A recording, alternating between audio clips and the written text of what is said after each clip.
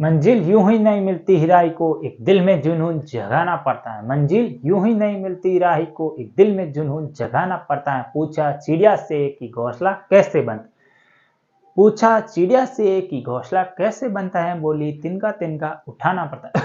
बोली तिनका तिनका उठाना पड़ता है। नमस्कार दोस्तों, आप सभी का हमारे YouTube चैनल पर स्वागत है। अगर आप आज हमारे YouTube चैनल पर पहली बार आए हैं तो चैनल को सब्सक्राइब और ये जो पास वाली घंटी दिखाई दे रही है ये जरूर दबाएं, जिससे आने वाले वीडियो की नोटिफिकेशन आप सबको पहले मिलेगी और वीडियो को सबसे पहले देख पाएंगे। तो दोस्तों शुरुआत करते हैं। आज है 24 फरवरी 2024 और today current affair episode number ये है हमारा 212। अगर आपने पिछले एक भी एपिसोड नहीं देखे या एक भी वीडियो नहीं देखे तो वो सभी भी जरूर देख लेना, क्योंकि उसमें मैंने आप सभी के लिए most important current affair plus static GK करवाया है, तो वो भी आप सभी को जरूर देखना है। तो आइए शुरुआत करते हैं और देखते हैं आज का पहला क्वेश्चन जो कि मोस्ट इंपोर्टेंट होने वाला है। तो आज का पहला क्वेश्चन है वो है, हाल ही में 5वीं पीढ़ी के विमान जिसका नाम क्या है, KAAN का संबंध किस देश से है। ऑप्शन ए है वो है इराक, ऑप्शन बी है वो है ईरान, ऑप्शन सी है वो है सीरिया और ऑप्शन डी है वो है भारत। तो इसका राइट आंसर होगा वो होगा ऑप्शन नंबर बी, ईरान होगा। ये आप सभी को ध्यान रखना है, जो कि ईरान में जो KAAN है इसका 5वां पीढ़ी का ये विमान है, ये भी आप सभी को ध्यान रखना है। और इसके अलावा ईरान की राजधानी है वो है तेहरान, बगदाद ईरान की राजधानी है वो है तेहरान, ये भी आपको थोड़ा सा ध्यान रखना है। और इसके अलावा एक इराक नाम है, इसकी राजधानी है वो है बगदाद, ये भी आपको ध्यान रखना है। या इसकी क्या राजधानी है आपको कमेंट बॉक्स में बता। देखिए सीरिया की राजधानी है वो है बगदाद, सीरिया की राजधानी है, और तेहरान ईरान की राजधानी है, इराक की राजधानी आप सभी को कमेंट बॉक्स में बताना है, और भारत की तो आप सभी को पता ही है। और इसके अलावा ईरान चार बाग बंदरगाह है या चार बाहर जो बंदरगाह है वो कहाँ पर है, वो भी ईरान के अंदर है, तो ये भी आपको थोड़ा सा ध्यान है। और इसके अलावा हाल ही में ईरान और जो कि ईरान में स्थित एक बहुत धार्मिक स्थल है वो आपको बताना है कौन सा है। तो इसकी और ये एक विमान है, ये भी आपको थोड़ा सा ध्यान रखना है। और इसके अलावा फिर आइए आगे बढ़ते हैं, देखते हैं आज का दूसरा क्वेश्चन। हाल ही में किस संगठन ने GADH को लॉन्च किया है। ऑप्शन ए है WWF, ऑप्शन बी है यूनेस्को, ऑप्शन सी है WHO और ऑप्शन जो डी है वो है UNO। तो हाल ही में किस संगठन ने ये लॉन्च किया है जिसका नाम है GICH। तो ऑप्शन इसका राइट आंसर होगा वो होगा ऑप्शन नंबर जो सी होने वाला है, ये इसका राइट आंसर होगा, ये भी आप सभी को ध्यान रखना है।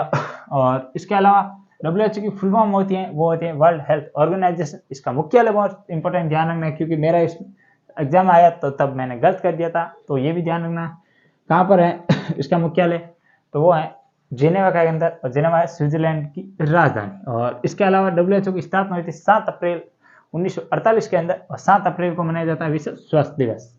और फिर हम देख लेते हैं ऑप्शन नंबर ए WWF के बारे में, वर्ल्ड वाइड फंड। तो इसकी ये फुल फॉर्म आपको ध्यान रखना है। और इसके अलावा जो नंबर बी पर है वो है यूनेस्को। इसकी क्या फुल फॉर्म होती है, तो वो होती है United Nation Education Science and Cultural Organisation, ये इसकी फुल फॉर्म होती है। और इसका मुख्यालय है वो है पेरिस फ्रांस के अंदर। और ऑप्शन नंबर जो डी है वो है UNO, यूनाइटेड नेशन ऑर्गेनाइजेशन। इसके कुल 6 अंग है, ये भी आपको ध्यान रखना कौन कौन से, तो वो आप सभी को कमेंट बॉक्स में बताना है। जैसे मैं बता देता हूँ, एक है जनरल असेंबली, और इसके अलावा एक है अंतर्राष्ट्रीय न्यायालय, 2 मैंने बता दी, 4 आपको बताना है और अन्य कौन कौन से।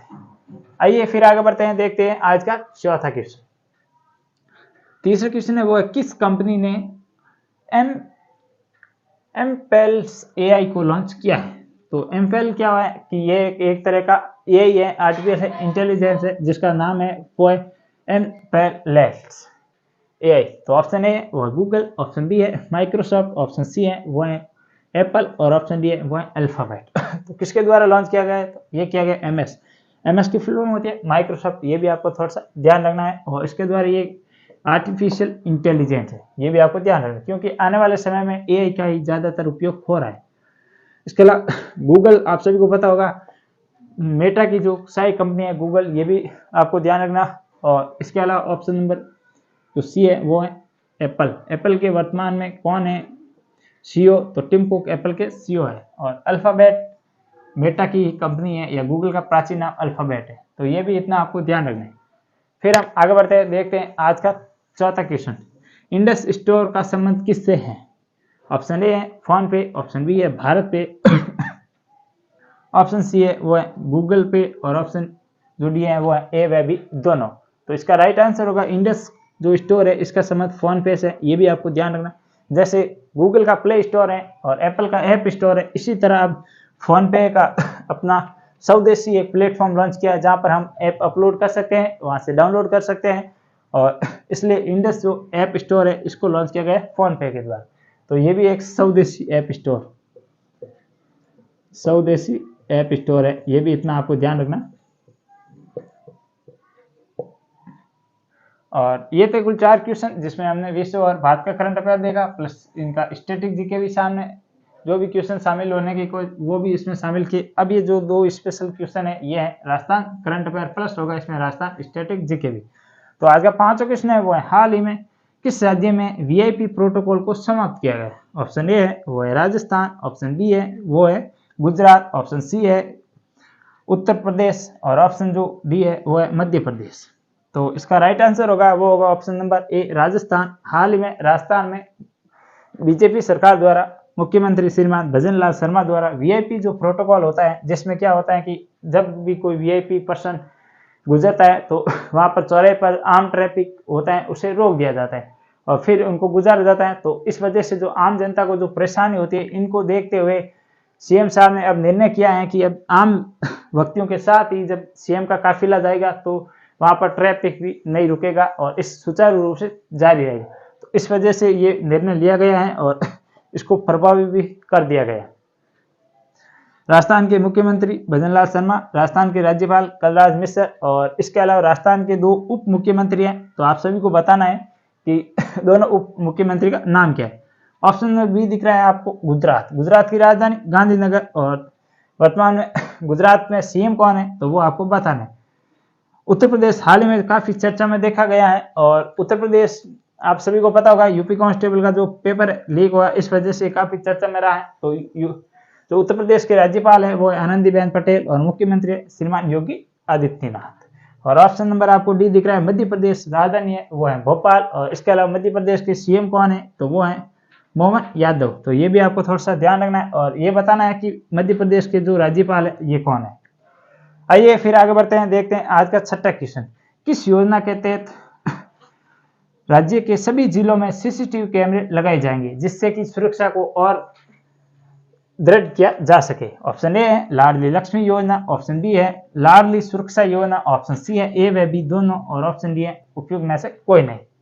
तो इसका राइट आंसर होगा वो होगा ऑप्शन नंबर बी लाडली सुरक्षा योजना। इस योजना के तहत राजस्थान के जो सभी 50 जिले उनके प्रत्येक जिले में सीसीटीवी कैमरे के तहत एक प्रमुख मुख्यालय बनाया जाएगा और वहां पर सारे जिले की जो सीसीटीवी कैमरे उनको कनेक्ट किया जाएगा, और तब भी कोई घटना होती है तब इन्हीं के माध्यम से आरोपियों को जल्द से जल्द पकड़ा जाए और उन्हें न्याय दिलाया जाए। इस कारण ये योजना लागू की गई है भजन लाल सरकार द्वारा, और ये चर्चा का विषय भी ये भी आपको ध्यान रखना है। और ये थे कुल 6 क्वेश्चन जिसमें मैंने आपको विश्व भारत और राजस्थान प्लस स्टैटिक जो जीके था वो भी कवर कराने की कोशिश की है। छोटे कम से कम समय में आपके लिए अधिक से अधिक ये क्वेश्चन लाया हूँ। तो वीडियो कैसा लगा मुझे कमेंट बॉक्स में जरूर बताना। वीडियो को लाइक और चैनल को सब्सक्राइब नहीं किया तो वो भी जरूर कर लेना। आज के लिए इतना ही, कल फिर मिलेंगे इसी जोश और जुनून के साथ, तब तक के लिए